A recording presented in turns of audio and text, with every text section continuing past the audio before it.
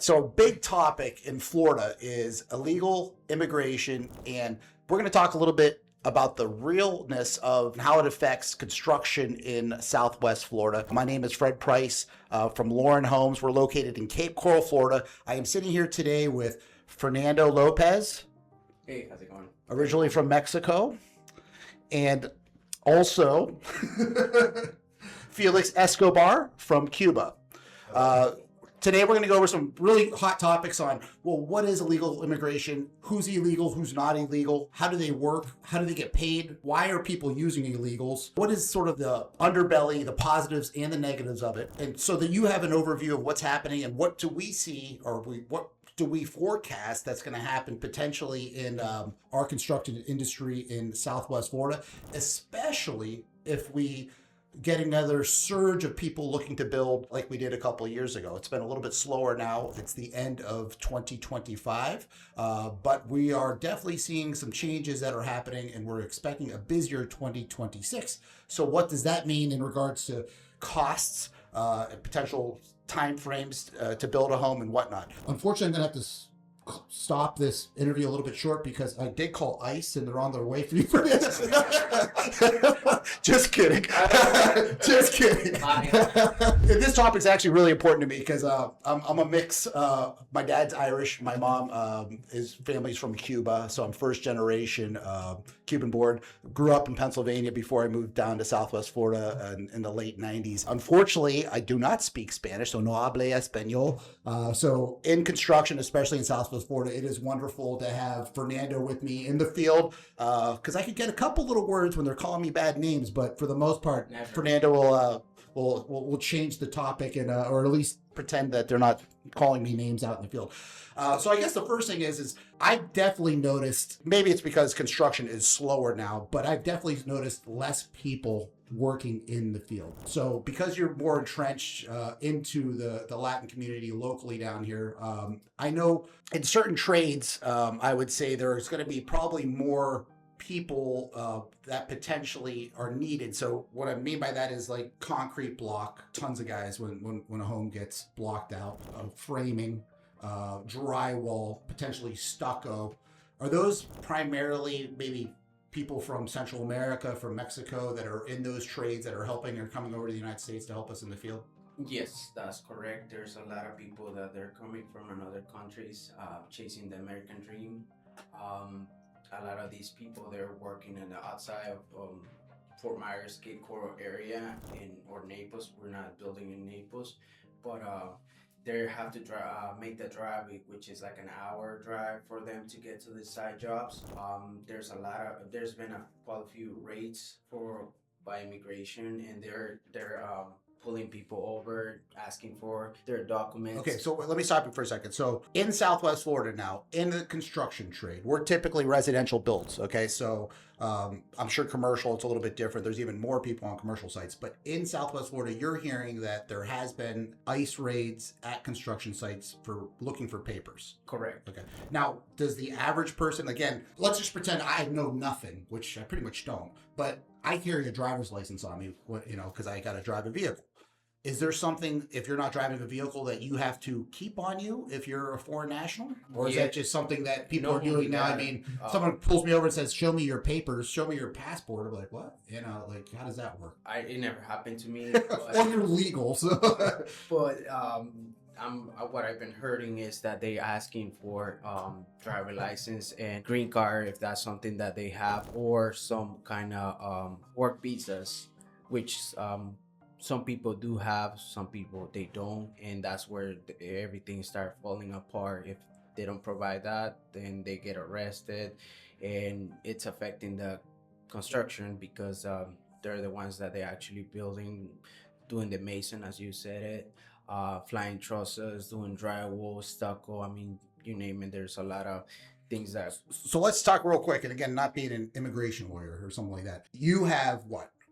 Green card. A green card. Okay. So a green card gives you the opportunity to be Work can be here as long as I don't make mistakes and I follow the rules. Okay. Everything goes nice and easy. Okay. Is there a pathway then, or have you ever looked into the pathway from a green card to become an American citizen? Yes, I'm actually studying for it. There's a test exam for became a citizen. It's like now it's like 110 questions, Okay. which I went to school for, and I don't know, I've been just lacking. But that's the goal for 2026. Became a U.S. citizen. Well, I'll give you a letter of recommendation. Thank you. All right. Well, so good. So that's, and then you mentioned something, ITIN number or a TIN number, or what is that? A lot of construction companies, they need to have their workers on payroll. So what that means is that for somehow they need to pay them with the check. So IRS, requires like a tax ID number, which that's So they take the taxes out. Yes. Okay.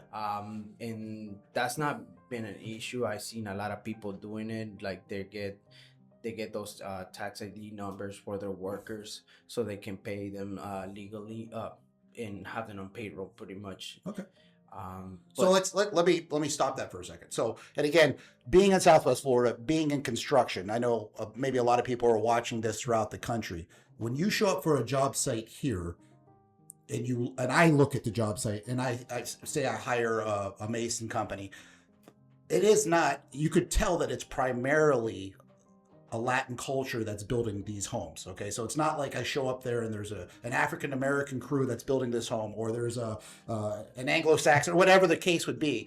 You could tell that the labor force is from Latin America. Okay, so that and then how do they get here is the second step. Is like, okay, well, did they jump a fence and get a tax ID number? Did they come in legally or get a green card so they have the rights to be here? And I think one of the interesting things that you were just mentioning is even if they came in illegally, potentially they have this tax ID number, which means that if they're working for somebody, their taxes are being taken out of their payroll and going back into the big pot. So they're working, their taxes are being taken out, right? So there is cost involved. They have to be on workers' comp. There's got to be on insurances, right? Or am I saying that wrong? it's more like workers' comp, and by the state of Florida, your workers needs to be on payroll, workers' comp, liability. Okay. But that doesn't secure that you're 100% legal in this country. You know what I mean? That's just Showing that you're working, and the guy who's paying you is paying his fair share of what needs to be paid. That's right? exactly what. But that guy's not really doing it right, or is he doing it right if he's paying someone on an ITIN number? I guess that'd be another question. I'm not sure of. That's another question, but that also, if you're doing the right thing and paying your taxes, even though you have an IT number, but if you file for like trying to get your green card, those are the things that you can provide. But that's another topic for another time. Okay. Yeah. And if you guys have any questions or comments or stuff I'm not answering or didn't ask right or clarify, put comments in, because I would like to do a follow-up on this once we get done with it. Going back to that, so say for example, you have a TIN number, your taxes are being taken out. You also mentioned cash, right? So you in the field, okay, I guess there's quality trades like ourselves that are only hiring other professional companies that have qualified legal people on the payroll. But obviously people are trying to skim the system and pay some illegals cash, or even people that are legal here cash, right? Explain to people, why would someone accept cash? Are they getting paid, like, say I'm paying someone $25 an hour. Are they getting paid like $10 an hour, or is it still something relatively close to what the going rate is? Okay, so it's just that. But let's put it this way. Let's say there's a project that has been so behind with scheduling, and you, for some reason, you get this trade that's willing to work on the weekends. So you already know that person might pay the workers to get them on the weekend, might be cash. So that's how it's falling apart. So it's maybe like Social Security that they're taking out of the payroll, or whatever income taxes that are sort of skirting the system, but it's not like they're getting it. They're working for way less money because they're getting paid cash. If anything, it's like they're not, the employer, whoever's paying them, is saving a little bit of the cost involved with running it through payroll, and the guy who's getting it is still probably making something similar to what he's going to get anyway, right? So it's not like it's like, okay. Most people will want to get cash, that way they don't have to pay taxes. And, got it. And not everybody is willing to work on the weekends. That's another catch right there, Okay. So let's just say, like, within the last 4, 5, 6 months with these ICE raids, have you seen a substantial drop in people that are out in the field working? I mean, what is the word on the street? What's going on in construction? People are nervous, you know what I mean? Nervous. The people that is working on construction. And we're not talking criminals or people that we don't want here anyway. We're talking about working class people that are trying to make a living typically and send the money that they make home to their family so that they have a better life also, right? Is that, or they have their family here? Is that what you're saying? They're scared. There's people out there that they're nervous to drive to work. I mean, they have to pay rent, you know what I mean? They still have a cell phone bill that they need to pay for. So they're just not making money because they hear what's going on out there, and they don't make the drive to work and expose themselves. My biggest concern is that you mentioned it, things are shifting, so we're hoping that 2026 is a big change. But what's going to happen if there's a lot of work and we don't have the right people to, you know, get on the site? All right, so what's the answer to that solution, Fernando? Well, from my perspective, is we can have a solution for, you know, the people that actually is working on the field, you know what I mean? Provide maybe a driver license with a clean record, you know, maybe like a kind of like a work visa, but it's more like a, listen, we're gonna give you this opportunity, you qualify, let's see how you do in this in 6 months. Mm-hmm.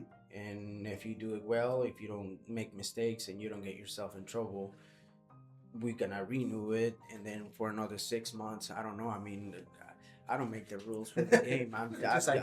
It's just my ideas. Like, if you give somebody a license, that person is gonna go and buy a car because they have to drive to, you know, to the store, to work, and that's also, that person is gonna be paying insurance on the car, and where's that money is gonna go to the state, other things. So it's gonna bring more economy to, you know. Well, I think the biggest issue that I see from my standpoint as a home builder is like, well, geez, if there is a boom and we're selling homes at a certain price point, and now all of a sudden there's only a certain amount of workforce that's here, and we're all competing for to hire the same workforce. You know, it's prices go up because they can only do so many jobs a week. You know, so which then affects obviously the end user who needs to build a home or get in a home, especially when they say there's a housing crisis or a shortage or not enough things. So that's definitely a concern that we need to think about. One of the things, it's we're actually building a house that's in the for a customer, a beautiful custom home. He's in the agricultural staffing business, and I would love the state or to explore that aspect in regards to construction. So very similar to them, where it's like, well, here's a work visa. You come in for a certain amount of time. Your employer has to verify that you're working for them, so that there's some sort of liability in regards to where you're staying, your criminal background, the pay that you're receiving, and then they could go back to whatever their home country is after that. Like, I feel like that's an easy initial step. And then the people that want to stay or get the green card and then move to the next steps to become American citizens, it's a pathway. But I like that, how they already have that in the agricultural business. And I don't understand, or I think we need to lobby or figure out how do we start pushing that for construction, because that's another, I think they have it, or they may already have it for hospitality or something similar, but we don't have that yet for building houses, you know? No, you don't seem like you like that much. It's not that I don't like it. Anything that helps to, you know, create more jobs and grow the state, or I mean, well, we need to have the jobs, which is, so if we get busy, we have the work, then we have the right to employ people, and if we don't have people to employ, I feel like the person that is gonna be doing it, who is gonna have that title, has to be very responsible, because I'm not saying everybody that gets that opportunity to come with a work visa mess it up with, like, oh, I got a free pass, I'm already in the States, I'm already in the United States, I'm gonna stay here working for a few months, but the moment that I get a chance, I'm gonna go somewhere else. You see what I'm saying? Like, well, I think that's what the agricultural, they don't let you do that. So you can't just come in and say, I'm working for this guy, and now I'm jumping over here, and then I'm jumping over here. And I think that's probably part of the problem for people when they're coming in and they're illegals. We don't know who they are. They're jumping between different employers. They're looking for the cash guy versus the guy that's paying me on payroll, you know? So it will systemize it a little bit.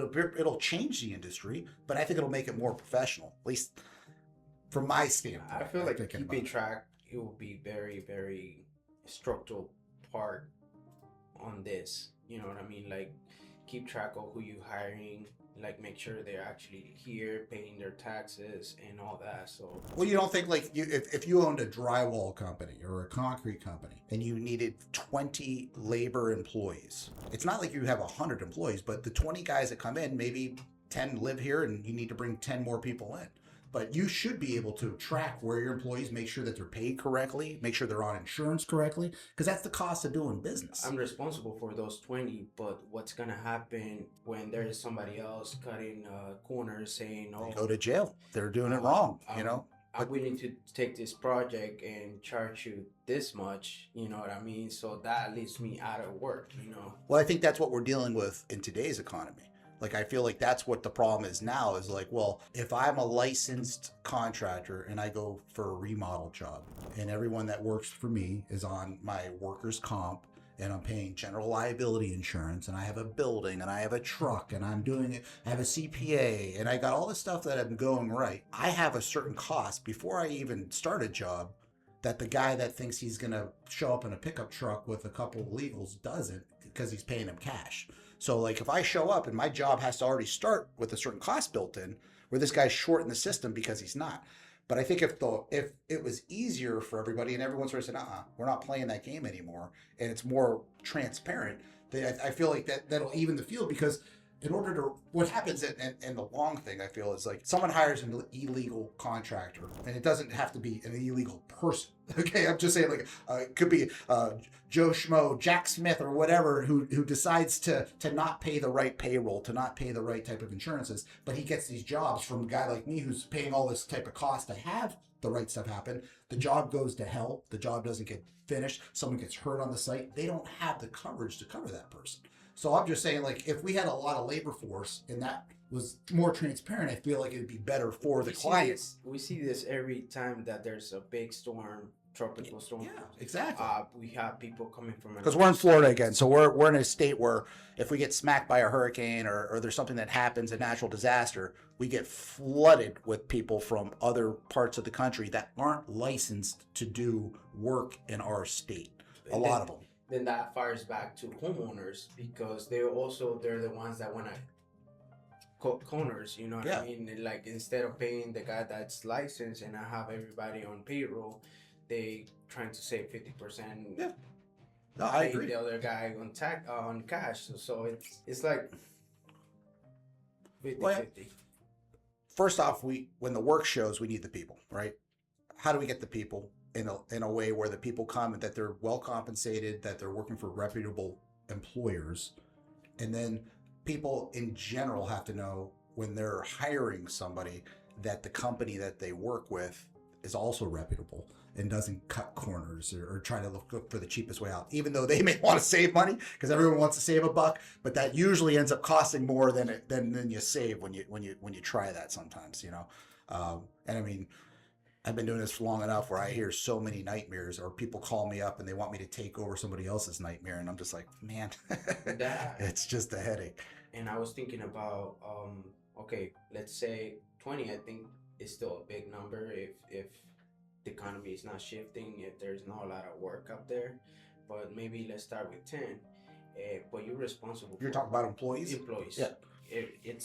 You're responsible for keeping those 10 people, you know, keep it going, you know what I mean? Like, not just, we only got 3 days of work during the week. Yeah, they can't be piecemeal. They got to be on payroll. You take the obligation of, if you bring somebody into the country, and I think I think they have to do that with the agricultural. I'm not sure. I'd have to look into that. But it's like, I can't just bring somebody in, not have work for them, and they can't pay their rent. They can't pay their, you know, whatever the case is, their food. It's got to be a win-win for everybody, you know? You still have to pay for them, bring them up here. So you're just going to let your wallet drain. And I love hard workers. I like people that want to put the sweat. I mean, thank God my grandfather brought my mother over to this country, and we've had a very successful front pathway. And I think everybody else that comes over looking for work and looking to build things and looking for a better life, like, how do we get them there? You know, I mean, and that's what we want for everybody, you know. But internally speaking, as Americans, as we grow, as our families change, as an older population, we need people to work with their hands, to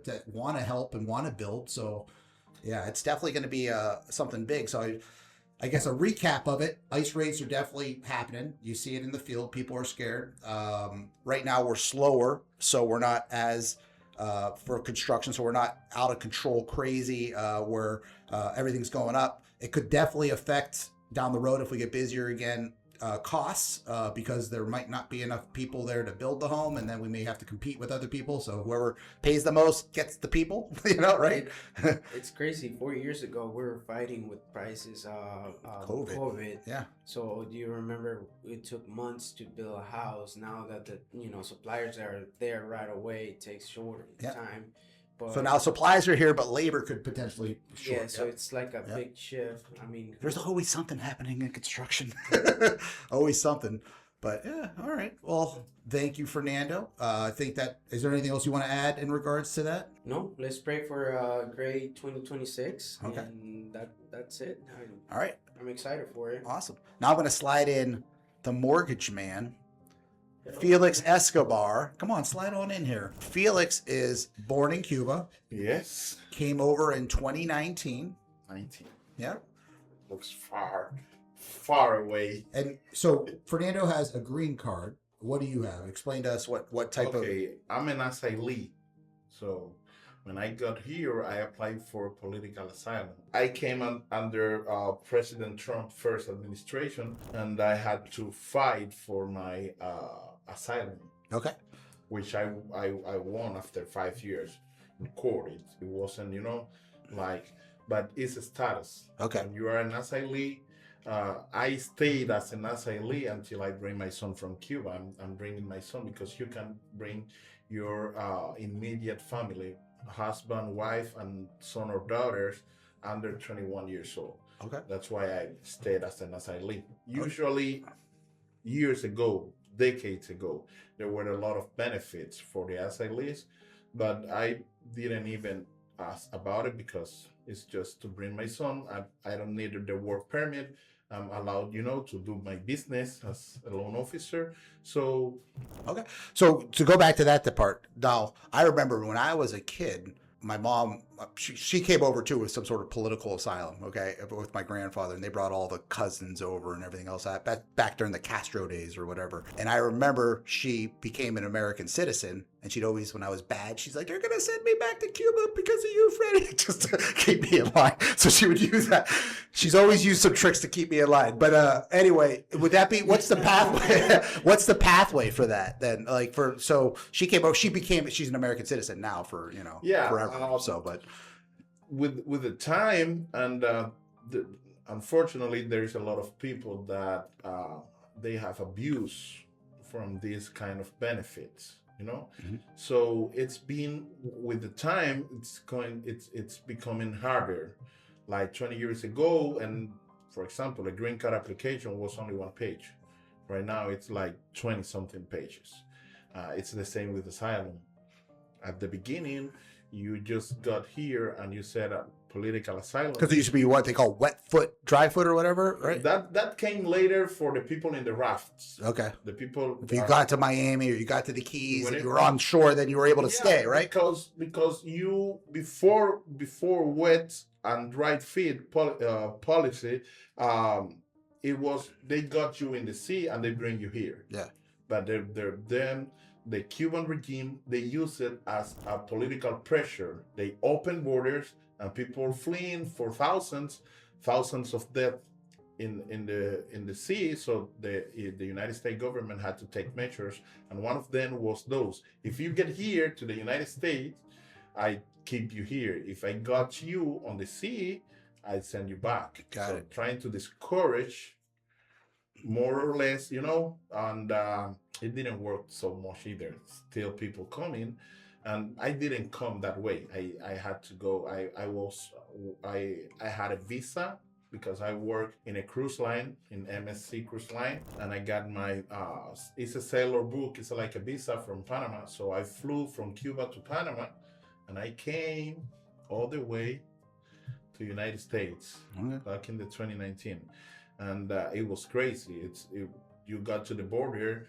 What we saw in the past 4 years were enter between 15 and 20 million of people. It wasn't like that. When I got there, no way. There was a line. It was crazy, and I had to be almost 3 months in detention while they find out who I am, and everything checks out.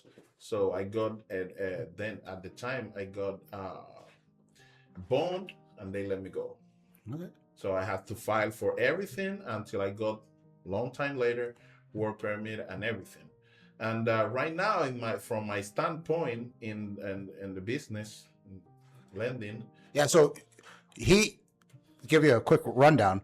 Felix has taken all the state tests, passed all fingerprints, done all this stuff to get a mortgage brokerage license in the state of Florida, which is wonderful because he could do mortgages for people when they're looking to buy a home. So he has created a new life for himself, leaving Cuba, coming to the United States. And I would think this is something that's pretty passionate, when you're working with people to help them buy a home, because again, they always say owning a home is the American dream, so it is a huge thing. And I think that for you to take that pathway over and to take the tests, probably English is a second language, and to be able to be, I got lucky. My mom is an English teacher, and since I was a little kid, I got the English. Like,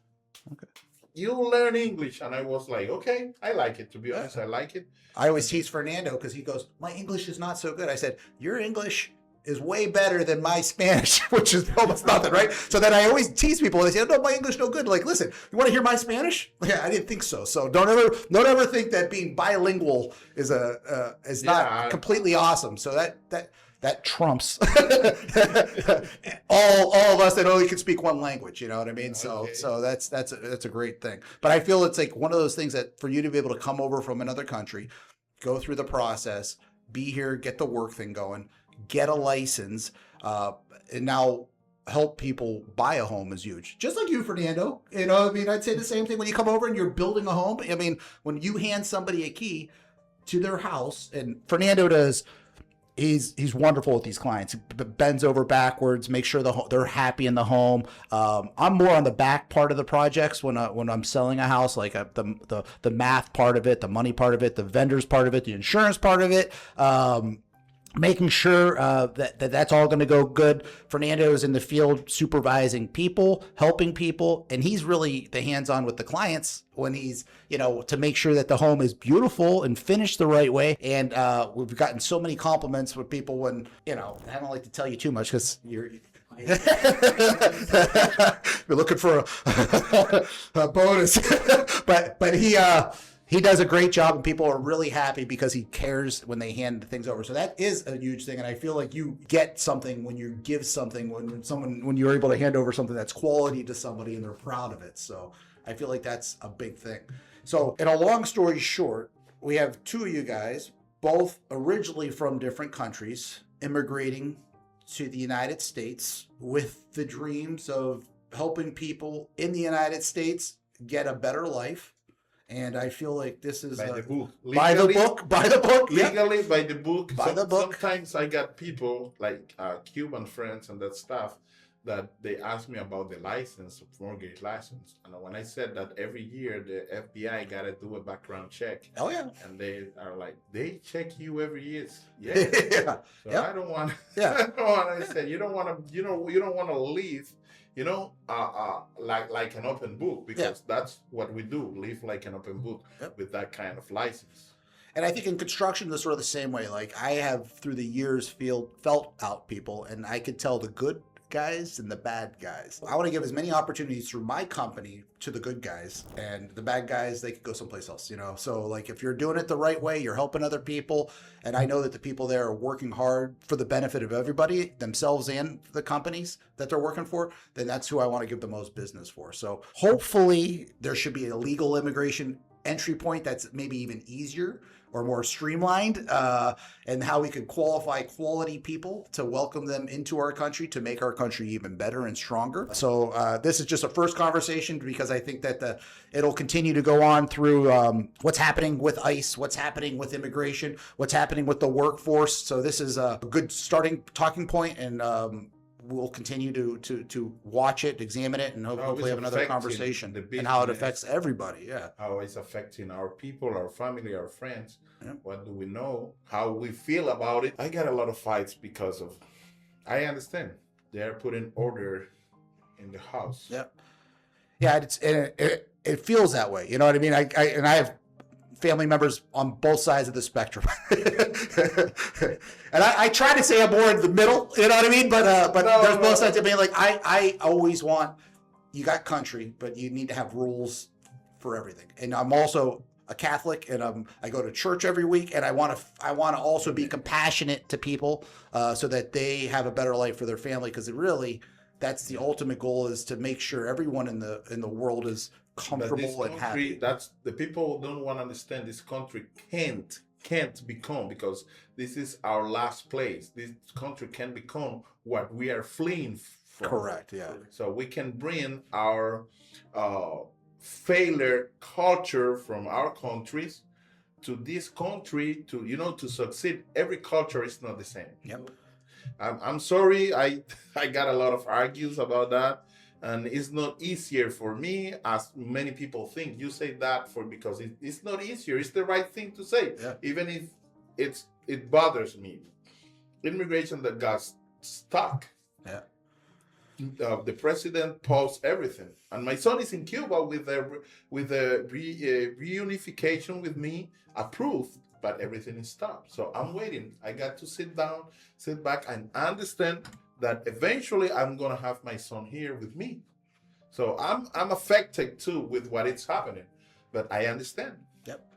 It's how it works. And thank you, because that's I'm not affected from it. You know what I mean? Like, Yeah. from personally, my family right now. Yeah. Because my mom came over so long ago, and all our family came over so long ago. But yeah, it's interesting to hear a different perspective about that. And I'm really affected, and every day I check my email. I already received a letter from the Cuban embassy where it says, "Don't call anymore."